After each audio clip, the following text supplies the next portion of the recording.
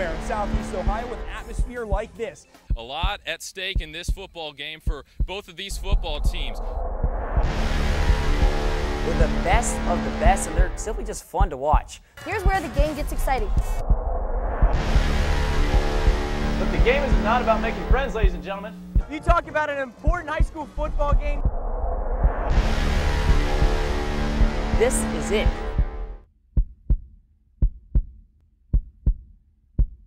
There's more where that came from. For 10 guaranteed weeks a year, you can see it.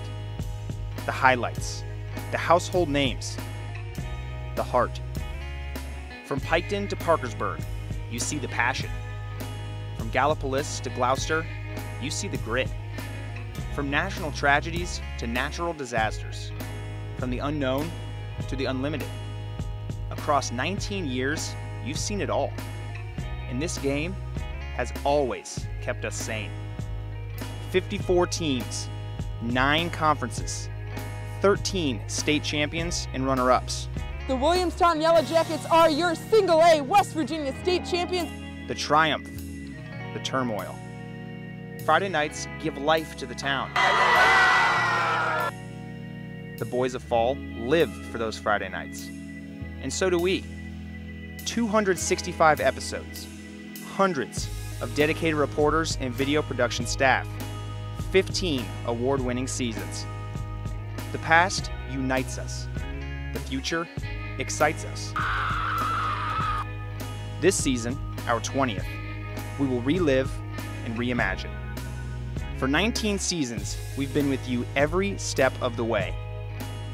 There's always more where that came from. And there's never anything better Then Friday nights, then Friday nights, Then Friday nights, and Friday nights, Then Friday nights. and Friday nights, and Gridiron Glory.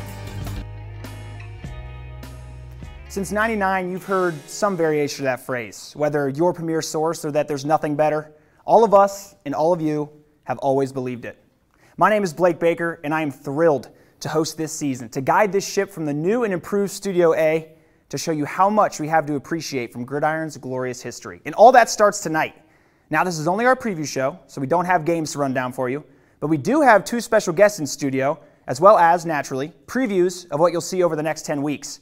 And not to mention, we also have an extra black polo on the studio this season. My man Noah Wolf will be co-hosting this special season of our show. Yeah, Blake, I am so excited to host this special season of Gridiron Glory alongside you. All across our coverage area, I'll be taking a deeper dive into some of the storylines on and off the field. I'll talk to players, coaches, and fans throughout southeastern Ohio to get a full view of everything happening this season. After incredible performances from so many teams we covered last year, 2018 looks to be just as exciting. Let's get to it. Absolutely. I think you speak for all of us when you say let's get to it. But let's also not forget about an exciting 2017 season.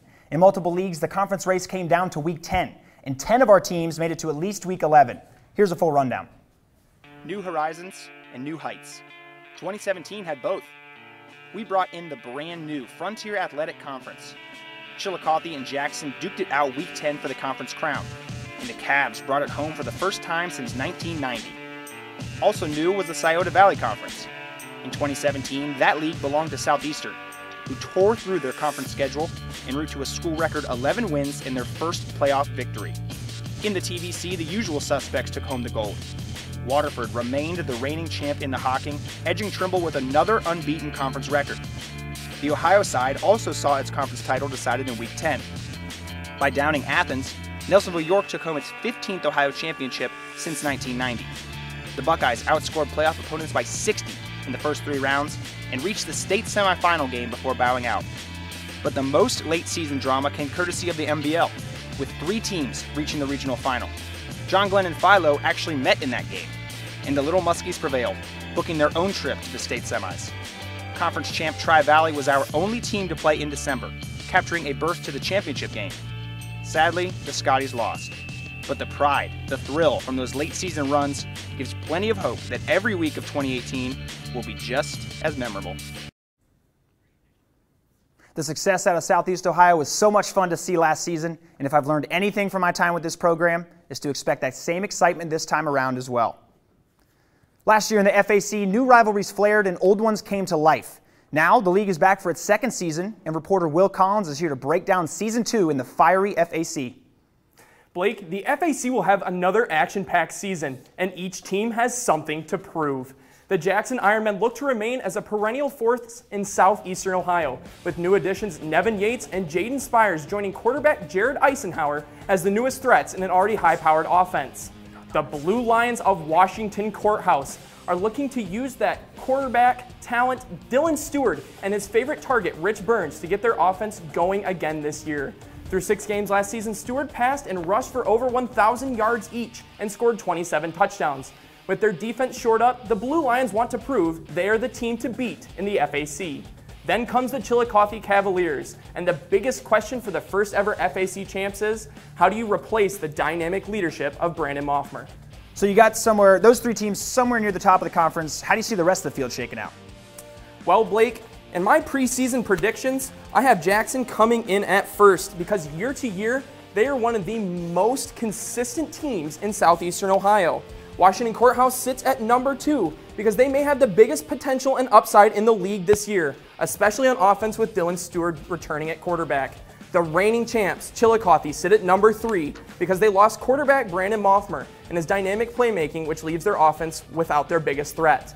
Hillsboro comes in at 4. Even though they won 7 games last season, they lost to Jackson, Chillicothe, and narrowly beat Washington Courthouse, who didn't have Stewart in that game. Miami Trace comes in at 5 in the FAC after going 1-9. And after a winless season, McLean comes in at 6. The Tigers are looking to rebound and put last season in the past. Speaking of someone who knows a lot about the FAC, joining us now is Terry Tutt, Commissioner of the Frontier Athletic Conference. Terry, thanks for being here. You're welcome. Glad to be here. Well, Terry, we'll get right to the questions. Overall, did the first season of FAC football meet your expectations? Yes, it did. Our main goal the first season was to unveil the new conference, get all of our schedules out there and play our games.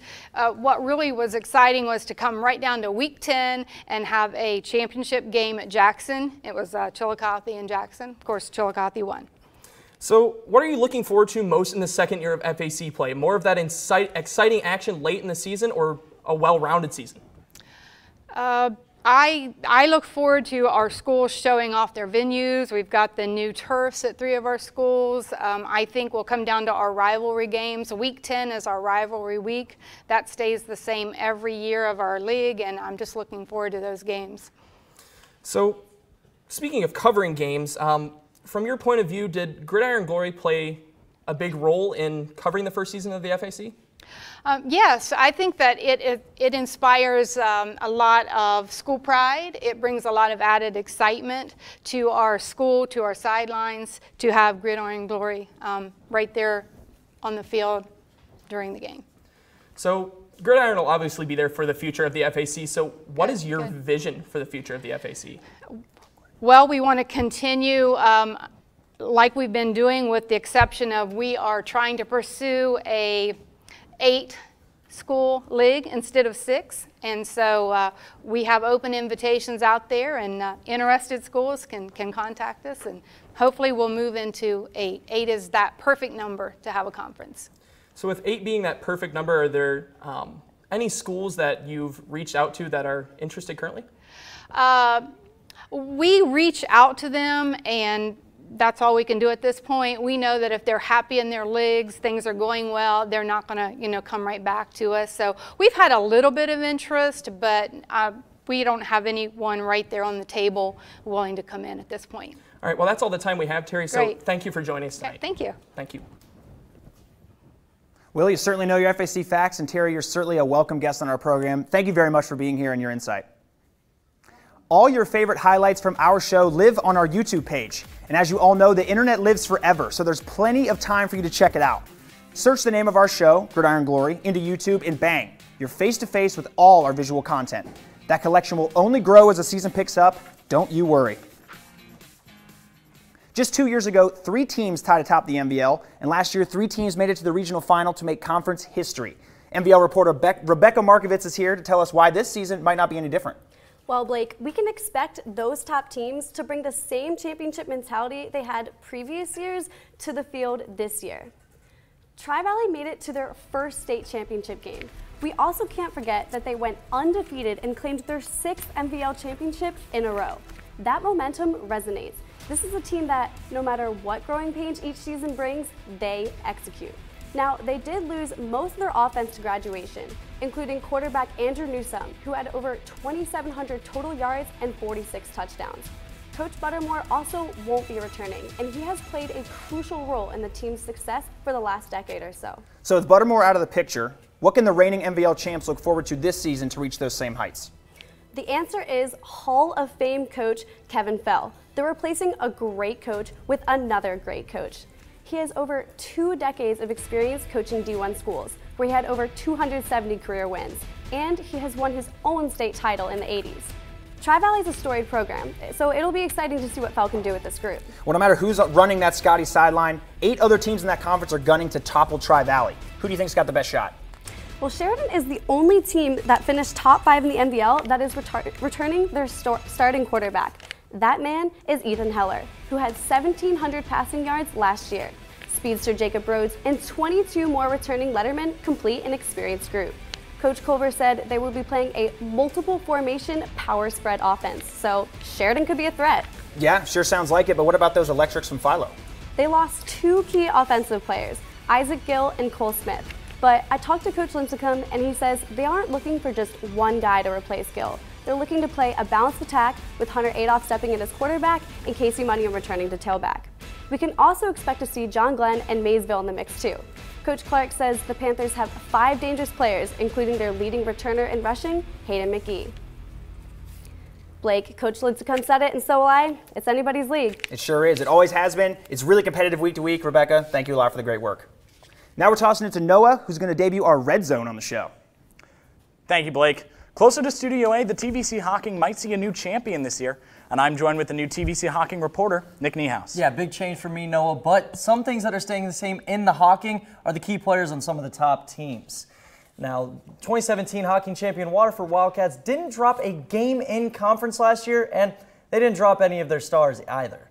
Braden Belleville is the obvious name that comes to mind. GG Player of the Year nominee last year. He's going to be a man on a mission in 2018. One more 1,000-yard rushing year, and he will hold the all-time rushing record in Waterford. Not to mention quarterback Peyton Stevens will be back for another year, and watch out for the Wildcats to use him a whole lot more in the passing game, something that we didn't see too much of last year. Another team that isn't skipping a beat this year is the Trimble Tomcats. Like Waterford, they're returning their key weapons on offense.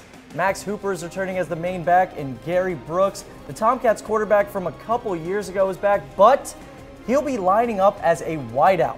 For him, though, nothing's really changed.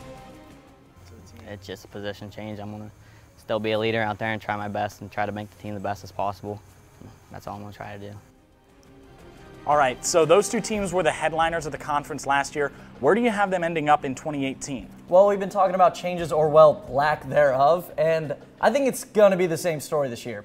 I've got Waterford finishing at the top. I do have Trimble coming in second, but I think it'll be a closer game than last year, so I'm calling it, Noah. That matchup will be the conference championship.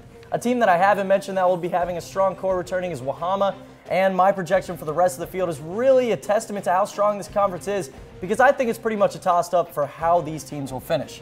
Something to look out for, too, is Belpry's new head football coach, Mike DeVol. He's been a head coach for over 35 years, and he's even got a state championship under his belt. Always great adding a legend to the Hocking. Should be a fun year, Nick. Thank you. Blake? Thanks a lot, fellas. Snapchat is where it's at nowadays. It's interactive, it's instant, and it's a lot of fun. We want to show you how your favorite reporters prepare for our show. Fans, we want to see how you rep your hometown squad each week. And players, we want to see how you prepare for War Friday nights. Who knows, if it's interactive, instant, and fun enough, you may be featured on our show as Snap of the Week. Over in the Ohio, no one has had an answer for the Nelsonville York Buckeyes the past 2 seasons. TVC Ohio reporter Thomas Garvrick joins me live to explain what makes the Buckeyes so special coming off their first State Final Four appearance. Blake, it all starts with Rusty Richards and the special bonds that he's built with his players. 2 of those players, his junior captains, running back Keegan Wilburn and new quarterback Mikey Seal. Their special bond, though, well, that started before they could put on football pads. He's more than just a coach. Exactly. That's what I'm talking about. That's what I was thinking. Like, if you're... You know, honestly, he's like my second dad. As far as football goes, you know, if I need something, even in a life situation, I know I can go to him. Winning is the goal, but Richards wants to have fun doing it. You just want that good relationship with him. That you're still got to be tough on him, but you know, there's nothing wrong with having a little bit of fun. You know, and winning's fun. So the last couple of years, we've had a lot of fun. Mitchell, you can guard him. You don't have to run it down. If I guard him? Yeah, stay with him. What is it? First came the fun for his players, and then Everybody has believed in the system now. It's obviously working. new quarterback Mikey Seal figures to be a key cog in that system. He don't have to do it all. You know, we're not asking him to be Mr. Everything. All he's got to be is Mikey Seal. It also helps to have your best friend in the backfield. I think we've been just looking forward to it since we've been little. We've just got this connection that we've been best friends since kindergarten. I said you gotta give us a little bit more room. Something Keegan never needs with Mikey because If I run a bad route, Mikey knows where to put the ball for me to catch it. It's a good relationship to have. You know, they don't get mad when we move them around. They just know they'll do whatever's best for the team. Richards hopes Wilburn and Seal get the Buckeyes. End zone, guys, go. Everybody end zone. Go. And Blake, you know, it doesn't matter who the Buckeyes face because they always love their chances with Rusty Richards running the show. And Keegan said it best. The other team may have Goliath, but we have Rusty Richards. Man, I love that. There's no reason not to. He hasn't lost a game in the conference since he took over. And Blake, that's why they are my pick to three-peat the conference. Look, I get it. They lost 11 senior starters, and Mikey Seal will be their third quarterback in 3 years. And you know what? At the end of the day, none of that will matter. So you're that confident that despite the roster turnover, nothing's going to change. You're going to win it again. Until Rusty Richards isn't the head coach and Keegan Wilburn isn't the running back, it's very hard to bet against these guys. One's got to think that those rival Bulldogs are ready for this Buckeye reign to end. Oh, absolutely. This conference is destined for a Round 3 Buckeye Bulldog championship game. It's going to happen. But whether or not Athens can get the job done at Boston Field, well, that still remains to be seen. So I hear you're pretty clear on the top two. Give me a sleeper in the conference. You know, Vin County. A lot of people think this team will drop off after losing Nayland Yates. But watch out for new quarterback Lincoln Hayes. I think he and the rest of this team will surprise people, Blake. So you're dishing out challenges to boys across the conference before week one. Is that what I'm hearing, Tommy? I'm just trying to give them a little extra motivation before the season. That's all, man. Well, regardless, they're all going to have to step up. It's been great work with you, Tommy, on set. We look forward to the rest of the season. Thank you. Noah's back in the red zone. Keegan Wilburn, no stranger to the red zone. He's got words on him and more. That's right, Blake. Every year, we take a look at which player has the best season in our coverage area. And even though we haven't seen any games yet, it's never too early to take a look at the contenders. Right now, there are two players who are early frontrunners to take home our Player of the Year award at the end of the season. First up, you just heard Thomas talking about him. It's Keegan Wilburn. Last year, he was the main running back for Nelsonville York, leading them to an undefeated regular season, their second TVC Ohio title in a row, and a berth in the state Final Four. He racked up over 2,000 all-purpose yards and 25 touchdowns for the Buckeyes in 2017-0. Have I mentioned? He was just a sophomore. His quickness is unmatched virtually anywhere else in our coverage area, dodging, dipping, ducking, and diving around defenders as he dashes down the field. And with one spectacular season under his belt, I can't wait to see what other tools he brings to the table next year. From the champions of the Ohio to the champions of the Hocking, our next candidate is Braden Belleville. He was a finalist last year, and now Belleville's an early favorite for this year's GGPOY. With the impressive numbers he puts up, like his 26 rushing touchdowns last year to go along with more than 9 yards per carry, he's become basically a household name among Gridiron Glory fans. If you don't know his name yet, though, Belleville will pretty quickly convince you of his talent the first time you see him on the field. His play style is ruthless, competitive, and dominant. He pays no mind to opposing tacklers, plowing, pushing, and stiff-arming his way to the end zone every chance he gets. Those two are frontrunners, but that's not to say there aren't other names you need to know. Max Hooper and Cam Kittle will be key pieces of Trimble's offense, and they'll be looking to battle Waterford for the top spot in the Hocking. Over in the Ohio, Clay Davis is one of few returning quarterbacks, and his Bulldogs will be hungry for the playoffs after just missing the cut last year. But don't forget the names of Colby Bartley, Zach Bartram, and Elijah Williams. Any of them could guide their teams to strong seasons and earn some hardware for themselves in the process. In the FAC, Washington Courthouse quarterback Dylan Stewart is looking to build off a season where he had 27 total touchdowns in 6 games. His top target, Rich Burns, is sure to rack up the touchdowns as well. Devin Yates is another one to watch, looking to make an impact out of the Jackson backfield in his first season there. Over in the MVL, many big players left that conference, so Ethan Heller's experience at quarterback for Sheridan will stand out. Casey Munyon has a lot of potential after an impressive freshman season as a running back for the Electrics. Finally, Jordan Clifford returns to a loaded John Glenn offense now as their primary target. And even with all these players that we're keeping tabs on, the Gridiron Glory Player of the Year could come from anywhere in our coverage. If we missed out on a player you think will be a contender, let us know on any of our social media. Make sure to tune in throughout the year to see who the top performers are, and of course, watch the finale to see who takes home the final hardware. Blake? Thanks a lot, Noah. Those are certainly some important names, and I have another one here sitting to my left. Longtime follower and friend of the program, Jim Huntsberger. Thank you a lot for being here. Absolutely. Thank you, Blake. So you've been with Logan since 1988. You've certainly seen a lot of changes, but over 20 years, one thing has remained constant. Now, I know that the program's had a direct impact on your family. Can you elaborate on that a little bit for the folks at home? Yeah, absolutely. Initially, when the program started, we were just excited to see it and be a part of it and follow our team and all the surrounding teams. But then after that, my son Joshua, who was not playing football at the time, he kind of got excited about the show. And he actually said, I'm going to be on Gridiron Glory when I get older, before he played varsity football. And he played varsity football, and when he graduated, he came to OU, was part of the broadcast program here, and ended up being a part of the Gridiron Glory staff. And then eventually his senior year was a host. So that was pretty great, but probably the best thing that came out of the situation for us was his sophomore year. He met a young lady at one of the review shows that you have after the show. We review the film, we'll say, and he met a young lady named Kristen, and she's now our daughter-in-law. Excellent. That's a lot of fun. It's certainly been fun following Joshua and the rest of the hosts throughout our historical research as well. So that's your family. In terms of the Logan community as a whole, what kind of impact do you think this program's had on that? Well, I think it's had a great impact. I came from Columbus, that's where I grew up, and we used to watch the highlights on NBC and ABC and so on every Friday night. And when I came to Logan in 1988, we didn't really have anything like that. And when you guys started your show, it was so exciting. It was on fire almost immediately, because we all wanted to see not only our kids, but we also wanted to see the kids from Jackson and Chillicothe and even smaller schools that we didn't play very often that had great kids there. And I think the thing that you guys have done that has been so great is you realize that in our communities, it's about the town and the high school. It's not part of a big city and it's just something going on there, but it's a big part of the community. You guys do the fan thing and you interview those people and so on. And it makes it seem that you guys understand we can celebrate not only high school football, but also our communities as well. And Logan's a big part of that. And I guarantee every Friday night, 11:30, a lot of Logan's tuned in. Yeah, no, we appreciate all these communities welcoming us, embracing us into the high school football stadiums each Friday night. Right. Jim, that's all the time we have. We really appreciate you coming on set. Absolutely. Thanks a lot. Jim Huntsberger, everybody. Thank you. Kids, we get it. Facebook is old school, but for us, it's a perfect way to showcase our newest content. Facebook is a great source with our most important news and notes all in the same place. In fact, it's linked to all of our content. Anything you'd find on Twitter or YouTube, you can conveniently scroll through on Facebook. We would love it if you gave us a like. So coming into the show, we promised you a look into this program's history. Enter GG brand journalist Nate Busilla, part of our Big Three doc team. Nate, what you got for us tonight? Blake, I'm going to take you back to August 27th, 1999.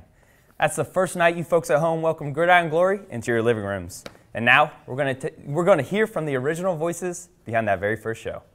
And now, let's go live to the Telecommunications Center in Athens, Ohio, with your host, Christy Kroll. Thanks for joining us this evening for the first ever edition of Gridiron Glory. For the next 10 weeks, we'll be bringing 20 years. Yeah. I think I remember just being kind of like in awe of the fact that we made this work. Yeah, there was a huge source of pride. Not in a look what I did, but look what we did. Look what hadn't been done before. I think it means like bringing the community together, families together. It just gives these athletes a chance to shine, to make a name for themselves. I mean, that's what it's all about. These kids are out there, they're having fun. We wanted to highlight them, and that's what we were doing. Yeah, nobody was doing that in terms of covering high school football on Friday night.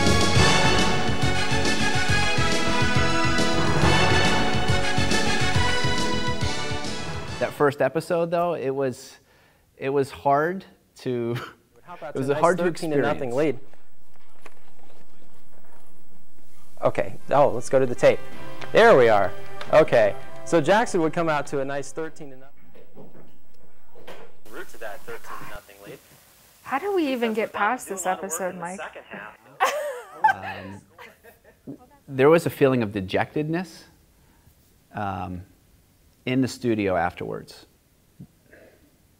somehow I recall an emotion of kind of that moment where you get to speak positivity into a situation, but man, there was this deep down, the sense deep down that said, yeah, we can do this. Just like this small idea that we had has grown to something that so many students in the community really love, and I think that's great to see. It's super cool for me. I have the sense of like, wow, that's awesome. And just keep going. Keep going, guys.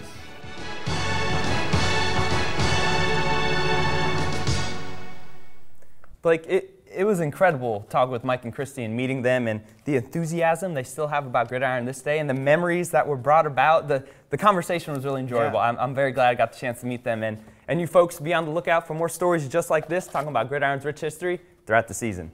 Yeah, no, this program's certainly come a long way. I also had the fortune of meeting Mike Cahoe, and he definitely had the inspiring kind of enthusiasm like you mentioned. So Nate, that's some great work. We're looking forward to what you and the rest of the GG Big 3 documentary team can put together throughout this historic season. Thank you. Well, that will about do it, folks. That's our preview show, which means the preseason is officially done, complete, finito. And that's a good thing. But there's one more preview left. We cannot let you go without introducing you to the matchups we have to look forward to for Week 1. Warren gets its first shot at breaking a 15-game losing streak when they meet a hungry Athens squad in the Plains. Next up, the battle for the Spacer Trophy.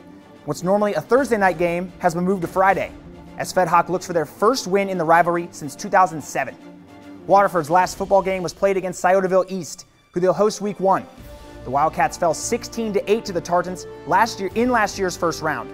Defending state runner-up Tri-Valley will travel to Logan for a date with the still independent Chieftains. Panther fans are spoiled with the chance to watch football on Thursday as Maysville welcomes perennial power Newark Catholic to the Maysville Athletic Complex. And finally, the only FAC champs in history, the Chillicothe Cavaliers, that's right, face a big test in the invading Taze Valley Vikings. Well, we certainly have a lot on our plate for Week 1, Noah. A lot of interesting matchups going on in this one. What do you think you're most excited for? Yeah, I'm really excited for Waterford to get the chance for revenge on Sciotaville East. I know that playoff loss in the first round was really heartbreaking for them last year. So Week 1, they get the chance to do it all over again. Certainly. They've had their backs against the wall in the conference play against Trimble. They kind of had that rivalry mentality, and as a 2 seed, yeah, certainly don't want to fall in a close game like that to a team you're going to play next season too. I agree with you. I think that Chillicothe's matchup with Taze Valley, similar caliber school, similar size, going to be a big step forward for them in moving on from Brandon Moffmer. I also like FedHock's chances. You know, it backs against the wall for sure. Since 2007, they haven't won that rivalry. That is a big one. They definitely want that Spacer Trophy. No, absolutely. Both those games you just mentioned, getting a first look at the FAC champs Chillicothe without their biggest threat in Brandon Moffmer. And then, yeah, Federal Hocking. It'll be really interesting to see them back out on the field again this year. So, yeah, I'm really excited for Week 1. I think it'll be a great glimpse into what we have to look forward to for the rest of the season, Blake. Absolutely. Panthers playing on Thursday. Tri-Valley coming to this neck of the woods to play the Chieftains. There's a lot going on. And I guess the folks at home are going to have to tune in next week to check it out. Same time, same place, we'll be here. 2 of us will be here, rest of our reporters. But until then, remember, there's nothing better than Friday nights and Gridiron Glory.